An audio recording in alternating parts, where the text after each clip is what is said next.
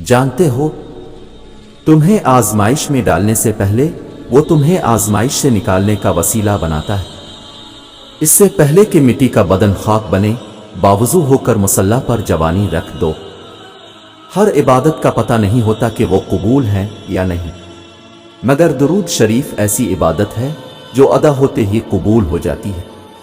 तुम जिसे डिप्रेशन कहते हो, वो तुम्हारे नमाज ना पढ़ने का नतीजा है। चीज अपने वक्त पर ही अच्छी लगती है, नेकी कमाने का वक्त जवानी है। अफसोसनाक बात है कि हम नेकी उस वक्त करते हैं जब बुराई के काबिल नहीं रहते।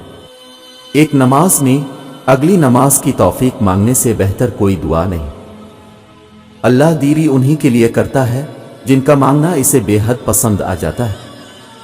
अल्लाह से रिश्ता इतना मजबूत करो कि तुम्हें किसी के सहारे की तलब खत्म हो जाए। शिफा बन जाते हैं वो आंसू जो तहज्जुद में बहाए जाते हैं। कुन कहता है अल्लाह और एक पिल में मुकद्दर बदल जाते हैं। क्यों लोगों को मरना आसान लगता है? क्या कब्र, हश्र, हिसाब किताब सब मजाक है? जिन लोगों की तन्हाइयां पाक होती हैं, इनकी दुआएं कभी रद्द नहीं होती। तुम समंदर की गहराई से पुकारोगे, अल्लाह वहां भी तुम्हारी सुनेगा। हर वो शख्स बेवफा और नाकाबिल एतबार है जो नमाज नहीं पढ़ता। और सुकून पता है क्या है? अकेले बैठकर रब से गुफ्तगू करना। कहानी का मुकम्मल होना अभी बाकी है। आजमाइश के बाद मौजिज़ा होना अभी बाकी है। कुछ रिश्ते अल्लाह पाक खुद खत्म करवाता है ताकि हमारी जिंदगी खराब ना हो सके।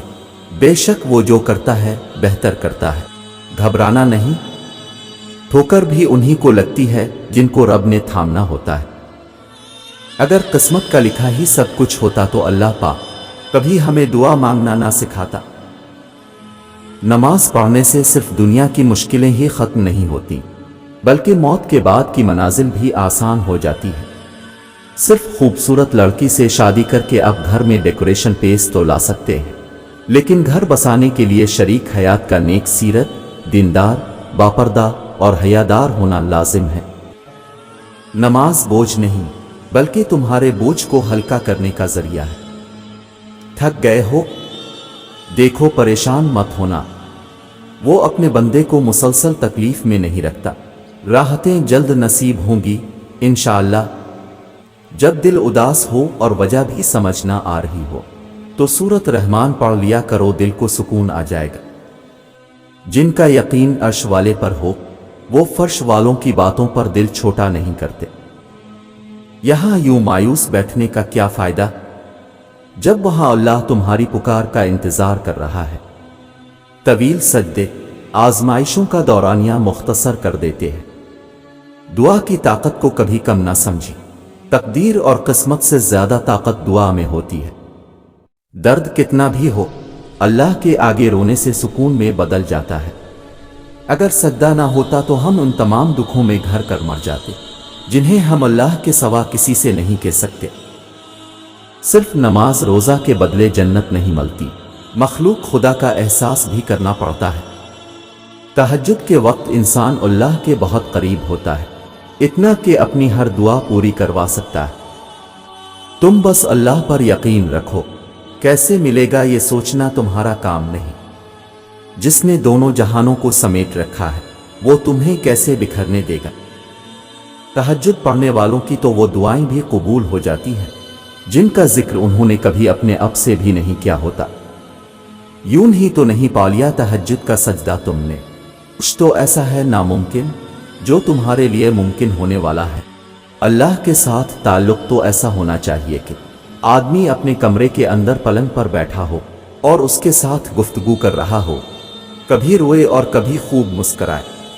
तुम जब सुकून की कमी महसूस करो तो तौबा करो, क्योंकि इंसान को उसके गुनाह बेचैन रखते हैं। जो सजदों में रोता है इसे तकदीर पर रोना नहीं पड़ता।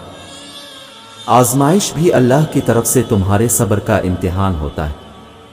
तुम वो मांगते हो जो तुम्हें अच्छा नजर आता है और अल्लाह पाक तुम्हें वो अता करता है जो तुम्हारे लिए अच्छा होता है। अल्लाह की मोहब्बत का अंदाज भी कमाल है। सब कुछ देकर कहता है कोई मांगने वाला। जिसने सूख में शुक्र का सजदा अदा किया उसने दुख में रब को बहुत करीब पाया। امید آدھی زندگی ہے اور مایوسی آدھی موت۔ قرآن پاک کی خوبصورتی یہ ہے کہ آپ اس پیغام کو بدل نہیں سکتے ہاں، مگر وہ آپ کو بدل سکتا ہے۔ جس نے سوکھ میں شکر کا سجدہ ادا کیا اس نے دکھ میں رب کو بہت قریب پایا۔ کون کہتا ہے خدا نظر نہیں آتا؟ وہی تو نظر آتا ہے جب کوئی نظر نہیں آتا۔ کتنی دلچسپ بات ہے، نہ سمندروں کا مالک بس ایک آنسو سے محبت کرتا ہے۔ تقدیر کے لکھے پر شکوہ نہ کیا کرے۔ آپ اتنے عقلمند نہیں کہ اللہ پاک کے ارادے سمجھ سکے۔ اپنے ٹوٹے ہوئے دل کو جائے نماز پر لے جائیں اور سجدے کے سکون کو اپنے اندر کے درد کو کم کرنے دیں، اور جب آپ دعا کر لیں تو یقین رکھیں کہ اللہ نے آپ کی دعائیں سن لی ہیں اور اس کی مدد آپ کو صحیح وقت پر کامل طریقے سے پہنچے گی۔